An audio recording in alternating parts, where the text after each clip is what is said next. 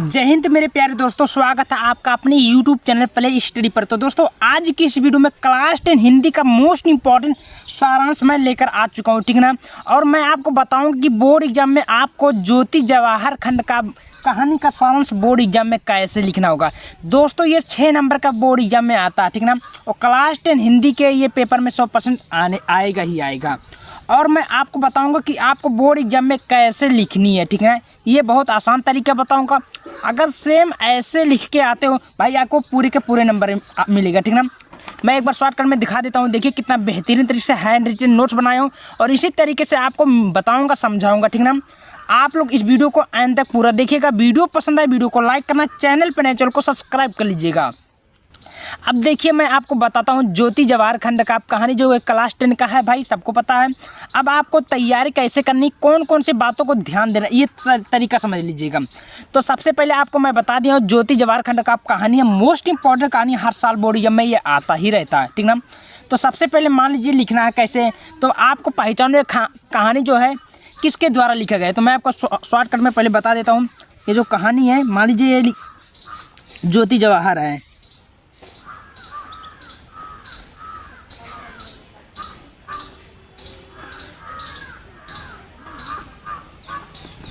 ठीक है, थोड़ा तिरछा दिख रहा है। तो ज्योति जवाहर है, ठीक है, समझ में आई। अब आपको पता होना चाहिए कहानी के जो लेखक है, यानी कि जो जिसके द्वारा लिखा गया, कौन है रचयिता, कौन है भाई। तो इसके जो रचयिता हैं ये पंडित जवाहरलाल नेहरू जी हैं। कौन है? पंडित जवाहर, दूसरा लिखा पंडित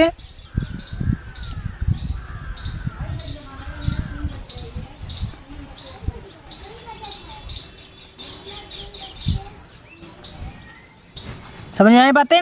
यानी जो कहानी के लेखक हो वो पंडित जवाहरलाल नेहरू जी हैं, समझ में आई।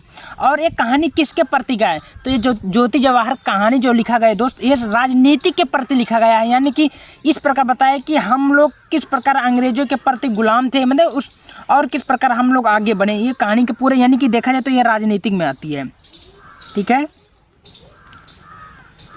तो ये जो दो तीन हेडिंग आपको समझनी है, बस इतना ही लिख दोगे और बीच में कुछ भी गचर पचर कुछ भी लिख देते हो तो आपको पूरे के नंबर मिल जाएंगे। समझ में आई बातें। चलिए अब आपको मैं पूरा अच्छे से समझा देता हूँ। यहाँ पर आपको दिख रहा होगा, अच्छे से देखिए, कोई भी दिक्कत नहीं होगा। कोई भी दिक्कत होगा आप कमेंट के माध्यम से बताएंगे, मैं उसको सुधार करूँगा, ठीक है ना।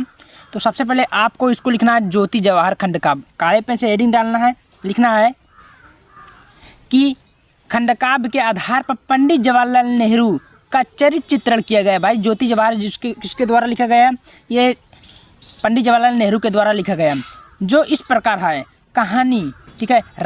आपको पहले नंबर हेडिंग डालना, क्या डालना कि नेहरू जी महान राजनीतिज्ञ थे। यानी कि ये राजनीतिक का मतलब सब कुछ जानने वाले थे, पूरा पॉलिटिक्स के बारे में आल टू आल उनको पता है। उन्हें देश को अच्छी तरह से संचालित करने के लिए महान अनुभव था। मैंने अभी क्या बोला हूँ, ऐसा कोई चीज़ नहीं पता, यानी कि पढ़ना लिखना, लोगों से बातें करना, लोगों से के साथ रहना, लोगों के साथ कुछ भी करना, मतलब उनको सब चीज़ का क्या अनुभव ज्ञान था, ठीक है। आगे लिखनी है राजनीतिक गुण उन्हें चाणक्य से प्राप्त हुए। यानी कि जो उन्हें एक नाम था चाणक्य व्यक्ति, वो पॉलिटिक्स में एकदम एक्सपर्ट था, सबसे महान अगर देखा जाए पॉलिटिक्स में का आदमी तो चाणक्य थे। तो ये जो पंडित जवाहरलाल नेहरू थे वो चाणक्य से क्या कर दिए, उन्हें ज्ञान प्राप्त किए, ठीक है। समझ में आई बातें। आगे देखते हैं क्या होती है।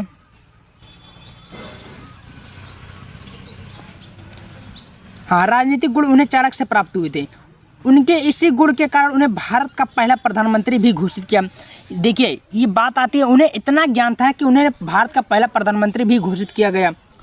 लोकनायक जवाहर का एक प्रसिद्ध महापुरुष और लोक नायक थे।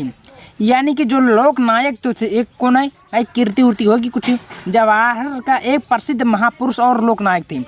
लोगों ने उनका सम्मान करते हुए लोगों के पथ प्रदर्शक बन गए, यानी कि मार्गदर्शक बन गए। जैसे अगर देखा जाए कोई बेटा और पापा होता है तो बेटा चलने लायक नहीं होता तो उसका मार्गदर्शन कौन करता है, उनके पिताजी करते हैं। सेम उसी प्रकार का दोस्त देखा जाए पंडित जवाहरलाल नेहरू जो थे वो हमारे देश के हिंदुओं को, भारतीयों को एक प्रकार के पथ प्रदर्शक बन गए, ठीक है।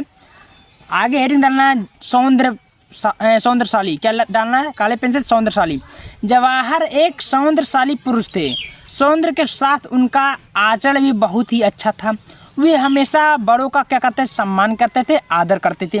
भाई आपके अंदर अगर आप कितना भी बड़े हो जाए, अगर आप गरीबों के सामने झुकते हैं तो आपको सबसे महापुरुष माना जाएगा। अगर आप अमीर हैं और गरीबों के साथ आप उनका धमकिया का काम कर रहे हैं तो ये सबसे नीच वाला बात माना जाएगा, यानी कि सबसे नीच में आओगे। तो इस प्रकार याद रखना, जवाहरलाल के अंदर इस प्रकार का गुण था कि वे हमेशा सभी के साथ अच्छा व्यवहार करते थे। ठीक है, आपको हेडिंग डालना अस्पष्ट वक्ता। अब ये क्या होती है इसको भी देख लेते हैं कि जवाहर एक अस्पष्ट वक्ता थे। वह सभा के मध्य में अपने बातचीत को बेहतर ढंग से व्यक्त करते थे, प्रदर्शित करते थे, बताते थे। ठीक है, उनके बातचीत के तरीके से अंग्रेजों के मन में उर उत्पन्न हो गई, यानी कि जब ये अच्छे से बात करते थे तो अंग्रेजों के पास चिढ़ होता था कि ये कैसा है यार, उस किस प्रकार इतना बुद्धिमान है कि इतना अपने भारतीयों को मोटिवेट करता है, समझाता है। ठीक ना, आगे हेडिंग डालना निष्कर्ष लिखना है कि इस प्रकार हम कह सकते हैं कि जवाहर एक राजनीतिक लोकनायक और सौंदर्यशाली थे, वह अस्पष्ट वक्ता भी थे। तो दोस्तों इस प्रकार आपको कहानी का सारांश लिखनी है। देखिए बहुत आसान तरीके से समझा दी हूँ, बता दी हूँ। बोर्ड एग्जाम में सेम ऐसे लिखना, एक नंबर टीचर नहीं कर सकता, पूरे के पूरे नंबर देगा। ठीक ना, और सभी खंड का कहानी का सारांश ऐसे चाहिए तो चैनल को सब्सक्राइब, वीडियो को लाइक शेयर करते जाइए। मिलते हैं नेक्स्ट वीडियो में।